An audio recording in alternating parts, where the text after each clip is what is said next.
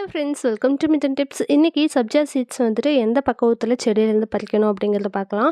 நல்லா இந்த மாதிரி முழுமையாக பூக்கள் வந்து வெள்ளை நிறமே இல்லாத அளவுக்கு முழுமையாக காஞ்சிருக்கக்கூடிய விதைகளை மட்டும் செடியிலேருந்து பறிச்சுக்கலாம். இந்த மாதிரி நல்லா உருவி ஒரு முறத்தில் சேர்த்து கையில் முதல்ல நல்லா க்ரஷ் பண்ணி விட்டுக்கோங்க. அப்போ தான் அந்த சீட்ஸ் எல்லாமே கீழே செட்டில் ஆகிறதுக்கு ஹெல்ப்ஃபுல்லாக இருக்கும்.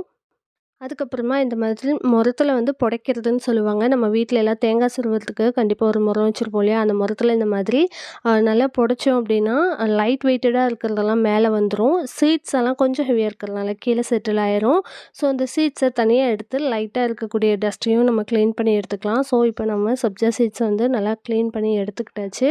டெய்லியும் ஒரே டீஸ்பூன் மட்டும் நம்ம ஏர்லி மார்னிங் எடுத்துக்கிற மாதிரி எடுத்துட்டா போதும். இத ஓவர் நைட் ஊற வச்சோம் அப்படின்னா, இந்த அளவுக்கு ஆயிரும். ஸோ, இத வந்து நம்ம அப்படியே கூட குடிச்சுக்கலாம், அல்லது ஜூஸ்ல மிக்ஸ் பண்ணியும் குடிச்சுக்கலாம். இதோட பெனிஃபிட்ஸ் எல்லாம் என்ன அப்படிங்கிறத இதில மென்ஷன் பண்ணியிருக்கேன். ஸோ, படிச்சு பார்த்துக்கோங்க.